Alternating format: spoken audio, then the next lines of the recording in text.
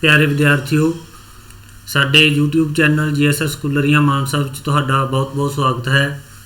मेरा नाम है मनदीप सिंह तो मैं हाज़र हाँ तुहाडे लई एक नवां लैक्चर लैके, जिसका नाम है उदारवाद के मुख रूप।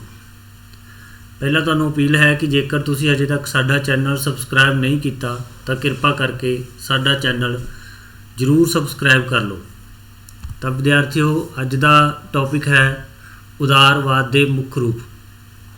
जिमें कि पिछले लैक्चर च भी गल हुई सी कि उदारवाद के 3 मुख रूप हैं: परंपरावादी जां नकारात्मक उदारवाद, समकाली जां सकारात्मक उदारवाद, अते तीजा है नव उदारवाद।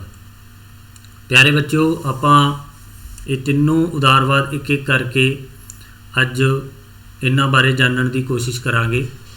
तो सब तो पहला है परंपरावादी जां नकारात्मक उदारवाद। इस उदारवाद नूं विद्वान व्यक्तिवाद का नाम भी दिंदे हैं। व्यक्तिवाद का मतलब हुंदा है बच्चों कि जिहड़े विद्वान व्यक्ति नूं केंद्र बिंदु मनते हैं, व्यक्ति नूं सुतंत्र देखना चाहुंदे हैं, व्यक्ति दे रस्ते च कोई रुकावट नहीं देखनी चाहते, ऐसे विद्वानों नूं व्यक्तिवादी विद्वान कहा जाता है। तो नकारात्मक उदारवाद भी कुछ इस तरह की गल ही करता है। तो इस नूं सपोर्ट करने वाले विद्वान काफ़ी ज़्यादा हैं। तो उन्हां चों कुछ विद्वानों नूं तुहाडी नज़र कर रहा हाँ। जिमें पहला है जॉन लॉक। पहले लैक्चर भी दस्सिया सी कि जॉन लॉक नूं उदारवाद का पितामह भी मन्निया जाता है। इस तो इलावा एडम स्मिथ अते हरबर्ट स्पेंसर, ये 3 विद्वान हैं बच्चों जिन्हों ने परंपरावादी उदारवाद नूं सपोर्ट किया है। परंपरावादी उदारवाद दे विच की सिद्धांत हैं, विद्वान की कहना चाहते हैं और वो समाज तो जां राज तो सरकार तो की मंगते हैं। तो उन्होंने कुछ पॉइंटां दे विच वंडिया गया है। सब तो पहला है मनुखी सुतंत्रता। तो पहला भी तुहानूं दस चुके हाँ कि यह व्यक्तिवाद का ही दूजा ना है। तो यह मनुख की सुतंत्रता की गल तो करनगे ही करनगे। तो मनुख की सुतंत्रता किस तरह की, जिमें जिउंदे रहन की सुतंत्रता, विचारां दे प्रगटावे की सुतंत्रता कि व्यक्ति अपने मन के भाव किसी भी रूप दे विच प्रगट कर सकता है, उस ते किसी तरह की कोई रोक नहीं होनी चाहिए। छापेखाने की सुतंत्रता, इस तो भाव है कि अखबार राही जां अपनियां लिखतां राही व्यक्ति अपने मन के भाव प्रगट कर सकता है। सरकार जां राज उहदे ते किसी तरह का कोई दबाव पाने की कोशिश ना करन, व्यक्ति की सुतंत्रता का वध तो वध ख्याल रखा जाए। तो धार्मिक सुतंत्रता, धार्मिक सुतंत्रता तो भाव है कि व्यक्ति किसी भी धर्म को अपना सकता है, किसी भी धर्म को मन सकता है। राज कदे भी व्यक्ति के धार्मिक मामले दे विच कोई दखलअंदाजी नहीं करेगा। अगला सिद्धांत है आर्थिक सुतंत्रता। ये बहुत ज़्यादा महत्वपूर्ण सिद्धांत है बच्चों और इनू ध्यान दे नाल समझना जरूरी है। यह इन्हां दा एक मुख्य सिद्धांत सी आर्थिक सुतंत्रता। आर्थिक सुतंत्रता दे विच ओह की चाहते सन परंपरावादी विद्वान कि व्यक्ति नूं आर्थिक कंमां दे प्रति बिल्कुल खुला छड्ड दिता जाए। राज व्यक्ति दे आर्थिक कंमां च बिल्कुल दखलअंदाजी ना करे। इसे करके वो सुतंत्र व्यापार अते खुले मुकाबले की हमायत करते सन कि व्यक्ति जिमें चाहे अपना व्यापार जिस तरह चाहे कर सके। सरकार जां राज व्यक्ति के आर्थिक कामां च कोई दखलअंदाजी ना करे।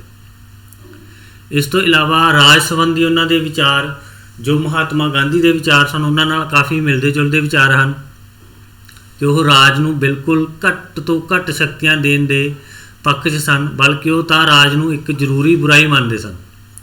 वो कहते सन कि राज एक साधन है तो व्यक्ति उद्देश है, क्योंकि ਪਿਛਲੇ ਸਮੇਂ 'ਚ ਜੋ ਰਾਜੇ ਮਹਾਰਾਜੇ ਰਾਜ ਕਰਿਆ ਕਰਦੇ ਸੀ, ਉਸ ਸਮੇਂ ਇਹ ਉਲਟ ਹੋਇਆ ਕਰਦਾ ਸੀ ਕਿ ਰਾਜ ਨੂੰ ਉਦੇਸ਼ ਮੰਨਿਆ ਜਾਂਦਾ ਸੀ, ਵਿਅਕਤੀ ਸਾਧਨ ਸੀ। ਤੇ ਵਿਅਕਤੀ ਕੋਸ਼ਿਸ਼ ਕਰਦਾ ਸੀ ਕਿ ਉਹ ਆਪਣੇ ਕੰਮਾਂ ਦੁਆਰਾ ਰਾਜ ਨੂੰ ਖੁਸ਼ ਕਰ ਸਕੇ। ਯਾਨੀ ਕਿ ਵਿਅਕਤੀ ਅਧਿਕਾਰਾਂ ਦੀ ਮੰਗ ਬਹੁਤ ਘੱਟ ਕਰ ਸਕਦਾ ਸੀ ਤੇ ਉਹਨੂੰ ਕਰਤੱਵ ਬਹੁਤ ਜ਼ਿਆਦਾ ਪੇ ਕਰਨੇ ਪੈਂਦੇ ਸਨ। ਪਰ ਉਦਾਰਵਾਦੀਆਂ ਨੇ ਇਸ ਗੱਲ ਦਾ ਖੰਡਨ ਕੀਤਾ ਤੇ ਉਹਨਾਂ ਨੇ ਇਸ ਨੂੰ ਬਿਲਕੁਲ ਉਲਟ ਕਰ ਦਿੱਤਾ ਕਿ ਰਾਜ ਸਾਧਨ ਹੈ ਤੇ ਵਿਅਕਤੀ ਉਦੇਸ਼ ਹੈ। ਇਸ ਕਰਕੇ ਰਾਜ ਦਾ ਕੰਮ ਹੈ ਵਿਅਕਤੀ ਨੂੰ ਖੁਸ਼ ਕਰੇ, ਉਹਦੀ ਇਹ ਸੁਤੰਤਰਤਾਵਾਂ ਦੀ, ਉਹਦੀਆਂ ਭਾਵਨਾਵਾਂ ਦੀ, ਉਹਦੇ ਹਿੱਤਾਂ ਦੀ ਦਾ ਧਿਆਨ ਰੱਖੇ। ਇਸ ਤੋਂ ਇਲਾਵਾ ਜਿਹੜਾ ਇਹਨਾਂ ਦਾ ਮੇਨ ਪੁਆਇੰਟ ਹੈ ਉਹ ਹੈ ਕੁਦਰਤੀ ਅਧਿਕਾਰਾਂ ਵਿੱਚ ਵਿਸ਼ਵਾਸ। ਕੁਦਰਤੀ ਅਧਿਕਾਰਾਂ ਤੋਂ ਬੱਚੋ ਭਾਵ ਹੈ ਕਿ ਵਿਅਕਤੀ 'ਤੇ ਕਿਸੇ ਤਰ੍ਹਾਂ ਦਾ ਕੋਈ ਕਾਨੂੰਨ ਜਾਂ ਕੋਈ ਸਰਕਾਰ ਕੰਟਰੋਲ ਨਾ ਕਰੇ, ਉਹ ਆਪਣੀ ਮਰਜ਼ੀ ਕਰ ਸਕੇ।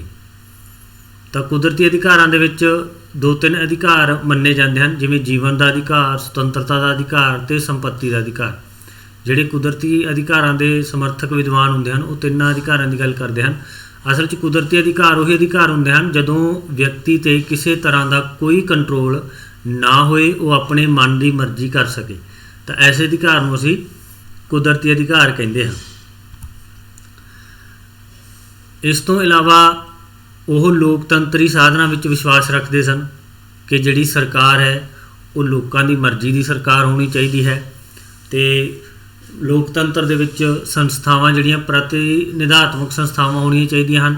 ਪ੍ਰਤੀਨਿਧਾਤਮਕ ਸੰਸਥਾਵਾਂ ਬੱਚੋ ਤੁਹਾਨੂੰ ਪਹਿਲਾਂ ਵੀ ਦੱਸਿਆ ਜਾ ਚੁੱਕਿਆ ਹੈ ਕਿ ਜਦੋਂ ਜਨਤਾ ਆਪਣੇ ਪ੍ਰਤੀਨਿਧੀ ਚੁਣ ਕੇ ਉਹਨਾਂ ਨੂੰ ਆਪਣੇ 'ਤੇ ਸ਼ਾਸਨ ਕਰਨ ਦਾ ਅਧਿਕਾਰ ਦੇ ਦਿੰਦੀ ਹੈ, ਅਤੇ ਐਸੀ ਸੰਸਥਾ ਨੂੰ ਅਸੀਂ ਪ੍ਰਤੀਨਿਧਾਤਮਕ ਸੰਸਥਾ ਕਹਿੰਦੇ ਹਾਂ। ਮਹਾਤਮਾ ਗਾਂਧੀ ਨੇ ਵੀ ਐਸੀ ਸੰਸਥਾ ਦੀ ਹੀ ਗੱਲ ਕੀਤੀ ਹੈ। ਇਸ ਤੋਂ ਇਲਾਵਾ ਰਾਜਨੀਤਿਕ ਸੁਤੰਤਰਤਾਵਾਂ ਵੀ ਜਿਹੜੇ ਵਿਦਵਾਨ ਨੇ ਉਹ ਨਾਗਰਿਕਾਂ ਨੂੰ ਦੇਣੀਆਂ ਚਾਹੁੰਦੇ ਹਨ। ਰਾਜਨੀਤਿਕ ਸੁਤੰਤਰਤਾਵਾਂ ਕਿਹੜੀਆਂ ਹੁੰਦੀਆਂ ਹਨ? ਸਰਕਾਰ ਚੁਣਨ ਦੀ, ਜਾਣੀ ਕਿ ਵੋਟ ਦੇਣ ਦਾ ਅਧਿਕਾਰ, ਵੋਟਾਂ 'ਚ ਖੜ੍ਹੇ ਹੋਣ ਦਾ ਅਧਿਕਾਰ, ਜਾਂ ਕਿਸੇ ਵੀ ਪਦਵੀ ਨੂੰ ਪ੍ਰਾਪਤ ਕਰਨ ਦਾ ਅਧਿਕਾਰ। ਸਾਰੇ ਵਿਅਕਤੀਆਂ ਨੂੰ ਸਮਾਨ ਹੋਣਾ ਚਾਹੀਦਾ ਹੈ, ਕਿਸੇ ਨਾਲ ਕੋਈ ਭੇਦਭਾਵ ਨਹੀਂ ਕੀਤਾ ਜਾਣਾ ਚਾਹੀਦਾ। ਇਸ ਤੋਂ ਇਲਾਵਾ ਬਹੁਲਵਾਦੀ ਸਮਾਜ। ਬਹੁਲਵਾਦੀ ਸਮਾਜ ਤੋਂ ਭਾਵ ਹੈ ਬੱਚੋ ਕਿ ਸਮਾਜ ਦੇ ਵਿੱਚ ਵੱਖ-ਵੱਖ ਧਰਮਾਂ, ਵੱਖ-ਵੱਖ ਜਾਤਾਂ, ਵੱਖ-ਵੱਖ ਭਾਸ਼ਾਵਾਂ, ਯਾਨੀ ਕਿ ਹਰ ਤਰ੍ਹਾਂ ਦੇ ਲੋਕ ਰਹਿਣੇ ਜਾਂ ਰਹਿੰਦੇ ਹੋਣੇ ਚਾਹੀਦੇ ਹਨ। ਐਸਾ ਨਹੀਂ ਹੋਣਾ ਚਾਹੀਦਾ ਕਿ ਇੱਕੋ ਤਰ੍ਹਾਂ ਦਾ ਸਮਾਜ ਹੋਏ। ਤਾਂ ਸਮਾਜ ਕੀ ਹੋਣਾ ਚਾਹੀਦਾ ਹੈ? ਬਹੁਲਵਾਦੀ ਸਮਾਜ, ਜਿਸ ਵਿੱਚ ਵਖਰੇਵੇਂ ਪਾਏ ਜਾਂਦੇ ਹੋਣ। ਅਤੇ ਅਗਲਾ ਪੁਆਇੰਟ ਹੈ ਸ਼ਕਤੀਆਂ ਦਾ ਵਿਕੇਂਦਰੀਕਰਨ।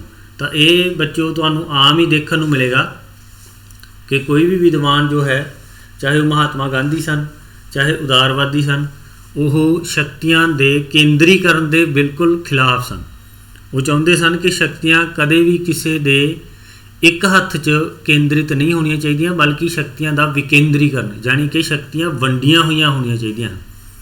ਕਿਉਂਕਿ ਜੇਕਰ ਸ਼ਕਤੀਆਂ ਕਿਸੇ ਇੱਕ ਹੱਥ 'ਚ ਕੇਂਦਰਿਤ ਹੋਣਗੀਆਂ ਤਾਂ ਉਸ ਸਮੇਂ ਤਾਨਾਸ਼ਾਹੀ ਜਾਂ ਨਿਰੰਕੁਸ਼ ਸਰਕਾਰ ਦਾ ਹੋਣ ਦਾ ਖਤਰਾ ਬਣਿਆ ਰਹਿੰਦਾ ਹੈ। ਇਸ ਤੋਂ ਬਾਅਦ ਬੱਚੋ ਜੋ ਵੀ ਪਰੰਪਰਾਵਾਦੀ ਉਦਾਰਵਾਦ ਦੇ ਵਿਦਵਾਨਾਂ ਦੇ ਵਿਚਾਰ ਸਨ, ਉਹਨਾਂ ਨੂੰ ਕਾਫੀ ਦੇਸ਼ਾਂ ਦੇ ਵਿੱਚ, ਯੂਰਪ ਦੇ ਵਿੱਚ ਅਤੇ ਅਮਰੀਕਾ ਦੇ ਕਾਫੀ ਦੇਸ਼ਾਂ ਦੇ ਵਿੱਚ ਇਹਨਾਂ ਨੂੰ ਲਾਗੂ ਕੀਤਾ ਗਿਆ।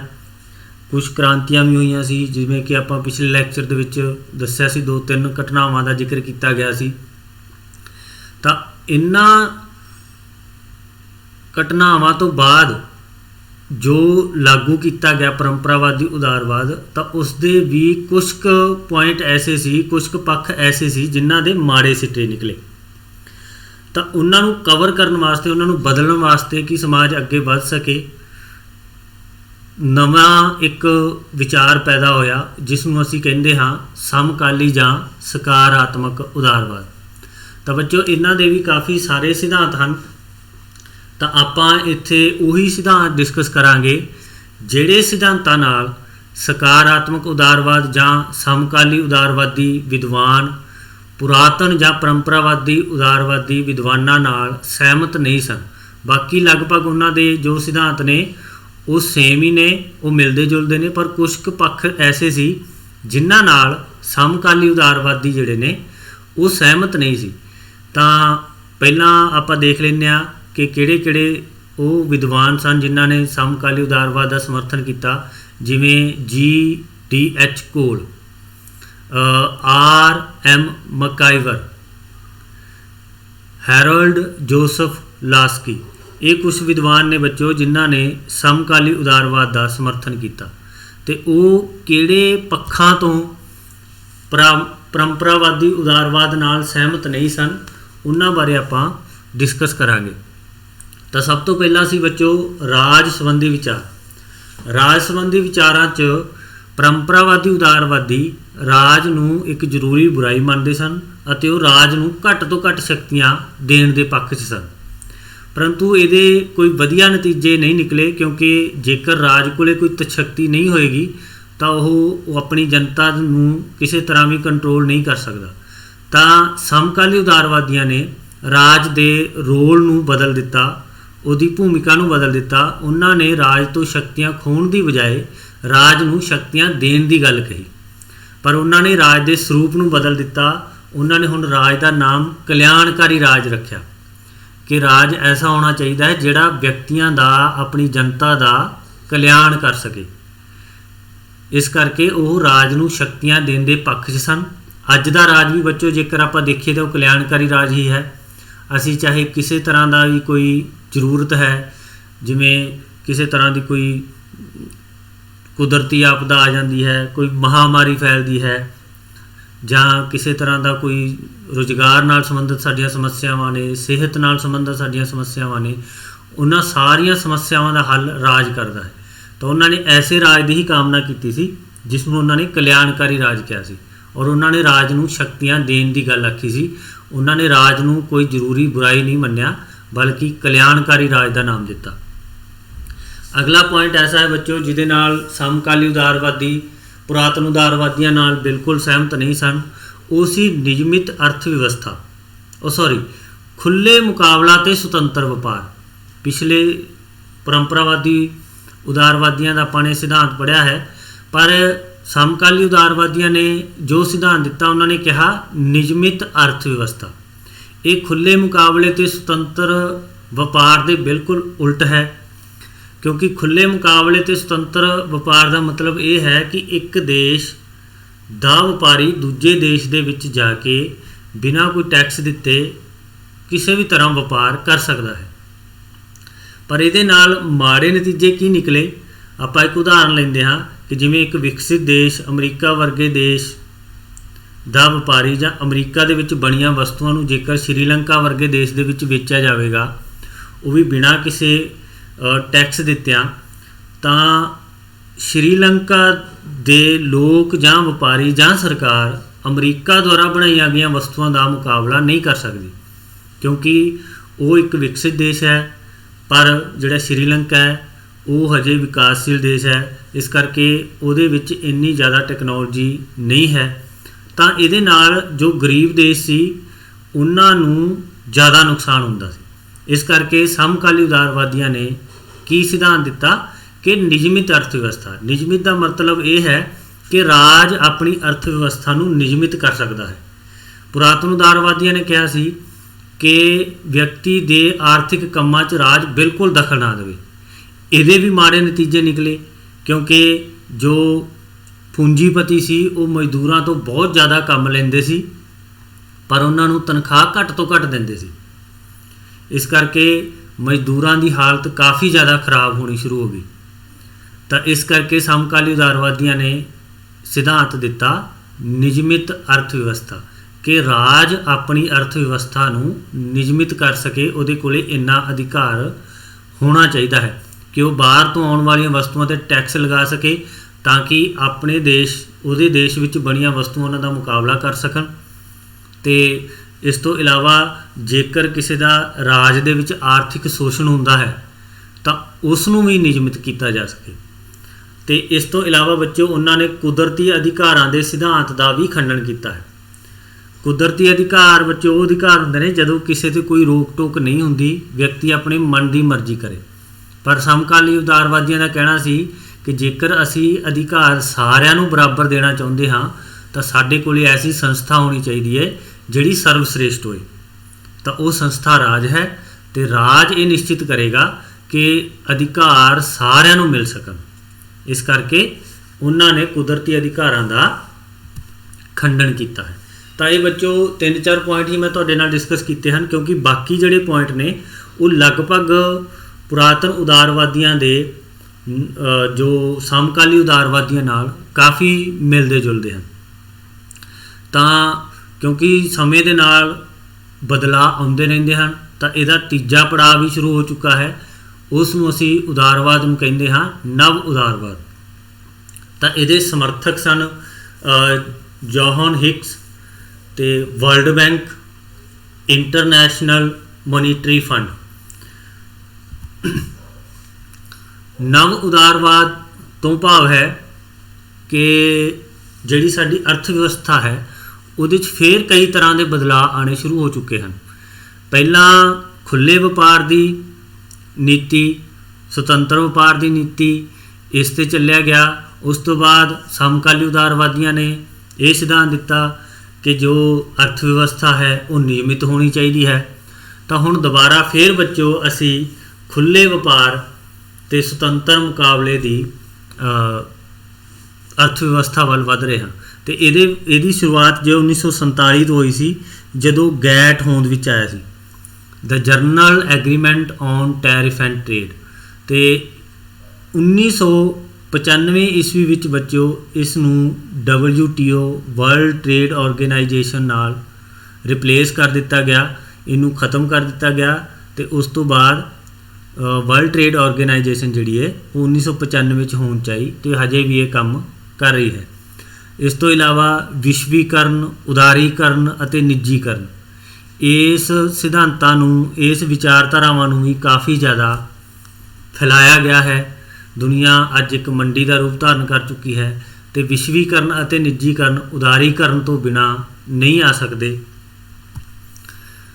ਤਾਂ ਇਹਨਾਂ ਨੂੰ ਲਾਗੂ ਕਰਨ ਵਾਸਤੇ ਹੁਣ ਦੁਬਾਰਾ ਫਿਰ ਆਯਾਤ ਅਤੇ ਨਿਰਯਾਤ ਦੇ ਨਿਯਮ ਜਿਹੜੇ ਨੇ ਉਹਨਾਂ ਨੂੰ ਢਿੱਲਾ ਕੀਤਾ ਜਾ ਰਿਹਾ ਹੈ। ਢਿੱਲਾ ਦਾ ਮਤਲਬ ਇਹ ਹੈ ਕਿ ਉਹਨਾਂ ਦੀਆਂ ਸ਼ਰਤਾਂ ਅਤੇ ਉਹਨਾਂ 'ਤੇ ਲਗਾਏ ਜਾਣ ਵਾਲੇ ਟੈਕਸ ਲਗਾਤਾਰ ਘੱਟ ਕੀਤੇ ਜਾ ਰਹੇ ਹਨ। ਜੇਕਰ ਤੁਸੀਂ ਖਬਰਾਂ ਸੁਣਦੇ ਹੋ ਤਾਂ ਤੁਸੀਂ ਅਕਸਰ ਦੇਖਦੇ ਹੋਵੋਗੇ ਕਿ ਕਈ ਦੇਸ਼ ਆਪਸ ਦੇ ਵਿੱਚ ਫ੍ਰੀ ਟ੍ਰੇਡ ਐਗਰੀਮੈਂਟ ਕਰ ਰਹੇ ਨੇ। ਆਸੀਆਨ ਦੇਸ਼ਾਂ ਦੇ ਵਿੱਚ ਫ੍ਰੀ ਟ੍ਰੇਡ ਐਗਰੀਮੈਂਟ ਹੋਇਆ ਹੈ। ਭਾਰਤ ਦਾ ਵੀ ਕਈ ਦੇਸ਼ਾਂ ਦੇ ਨਾਲ ਫ੍ਰੀ ਟ੍ਰੇਡ ਐਗਰੀਮੈਂਟ ਹੈ। ਯੂਰਪੀਅਨ ਯੂਨੀਅਨ ਨਾਲ ਭਾਰਤ ਇਹ ਗੱਲਬਾਤ ਕਰ ਰਿਹਾ ਹੈ ਕਿ ਛੇਤੀ ਤੋਂ ਛੇਤੀ ਫ੍ਰੀ ਟ੍ਰੇਡ ਐਗਰੀਮੈਂਟ ਜਿਹੜਾ ਉਹ ਕੀਤਾ ਜਾ ਸਕੇ। ਤਾਂ ਇਹਦਾ ਮਤਲਬ ਕੀ ਹੈ ਕਿ ਆਯਾਤ ਅਤੇ ਨਿਰਯਾਤ ਦੇ ਨਿਯਮਾਂ ਨੂੰ ਢਿੱਲਾ ਕੀਤਾ ਜਾਂਦਾ ਹੈ ਅਤੇ ਕੋਈ ਵੀ ਦੇਸ਼ ਜਿਹਦੇ ਨਾਲ ਫ੍ਰੀ ਟ੍ਰੇਡ ਐਗਰੀਮੈਂਟ ਹੋ ਜਾਂਦਾ ਹੈ ਉਹ ਦੂਜੇ ਦੇਸ਼ ਵਿੱਚ ਜਾ ਕੇ ਆਪਣੀਆਂ ਵਸਤੂਆਂ ਵੇਚ ਸਕਦਾ ਹੈ। ਇਸ ਤੋਂ ਇਲਾਵਾ ਨਵ ਉਦਾਰਵਾਦ ਦੇ ਵਿੱਚ ਬਹੁਰਾਸ਼ਟਰੀ ਕੰਪਨੀਆਂ ਦਾ ਬਹੁਤ ਵੱਡਾ ਯੋਗਦਾਨ ਹੈ, ਕਿਉਂਕਿ ਉਹ ਕੰਪਨੀਆਂ ਜਿਨ੍ਹਾਂ ਦੀਆਂ ਬ੍ਰਾਂਚਾਂ ਬਹੁਤ ਸਾਰੇ ਦੇਸ਼ਾਂ ਵਿੱਚ ਹਨ। ਤਾਂ ਇਹਨਾਂ ਕੰਪਨੀਆਂ ਨੇ ਵੀ ਆਪਣਾ ਵਿਸ਼ੇਸ਼ ਯੋਗਦਾਨ ਪਾਇਆ ਹੈ। ਤਾਂ ਅਸੀਂ ਕਹਿ ਸਕਦੇ ਹਾਂ ਕਿ ਰਾਜ ਦੁਬਾਰਾ ਫਿਰ ਖੁੱਲ੍ਹੇ ਵਪਾਰ ਅਤੇ ਸੁਤੰਤਰ ਅਰਥ ਵਿਵਸਥਾ ਵਾਲੇ ਸਿਧਾਂਤ ਵੱਲ ਨੂੰ ਵੱਧ ਰਿਹਾ ਹੈ। ਪਰ ਇਸ ਵਿੱਚ ਰਾਜ ਦੀ ਭੂਮਿਕਾ ਨੂੰ ਨਕਾਰਿਆ ਨਹੀਂ ਜਾ ਸਕਦਾ। ਜੋ ਪਰੰਪਰਾਵਾਦੀ ਉਦਾਰਵਾਦੀ ਸਨ ਉਹਨਾਂ ਨੇ ਰਾਜ ਨੂੰ ਨਕਾਰਿਆ ਸੀ। ਉਹਨਾਂ ਨੇ ਕਿਹਾ ਸੀ ਕਿ ਰਾਜ ਵਿਅਕਤੀ ਦੇ ਆਰਥਿਕ ਕੰਮਾਂ 'ਚ ਕੋਈ ਦਖਲਅੰਦਾਜ਼ੀ ਨਾ ਕਰੇ। ਪਰ ਅੱਜ ਦਾ ਜੋ ਨਵ ਉਦਾਰਵਾਦ ਹੈ ਉਹ ਫਿਰ ਸੁਤੰਤਰ ਮੁਕਾਬਲੇ ਦੀ ਗੱਲ ਤਾਂ ਕਰਦਾ ਹੈ, ਪਰ ਉਹਦੇ 'ਚ ਰਾਜ ਨੂੰ ਅੱਖੋਂ ਓਹਲਿਆਂ ਨਹੀਂ ਕੀਤਾ ਜਾ ਸਕਦਾ ਔਰ ਉਹ ਨਾ ਕਰ ਰਿਹਾ ਹੈ, ਬਲਕਿ ਰਾਜ ਹੀ ਨਿਯਮਿਤ ਕਰਦਾ ਹੈ ਕਿਸ ਨਾਲ ਅਸੀਂ ਆਯਾਤ ਨਿਰਯਾਤ ਵਧਾਉਣਾ ਹੈ, ਘਟਾਉਣਾ ਹੈ। ਇਹ ਸਾਰਾ ਕੰਮ ਰਾਜ ਦੁਆਰਾ ਹੀ ਕੀਤਾ ਜਾਂਦਾ ਹੈ। ਤਾਂ ਬੱਚਿਓ, ਮੈਨੂੰ ਉਮੀਦ ਹੈ ਕਿ ਅੱਜ ਦੇ ਲੈਕਚਰ ਤੋਂ ਤੁਹਾਨੂੰ ਕਾਫੀ ਕੁਝ ਸਿੱਖਣ ਨੂੰ ਮਿਲਿਆ ਹੋਵੇਗਾ। ਤੁਹਾਡਾ ਬਹੁਤ ਬਹੁਤ ਧੰਨਵਾਦ।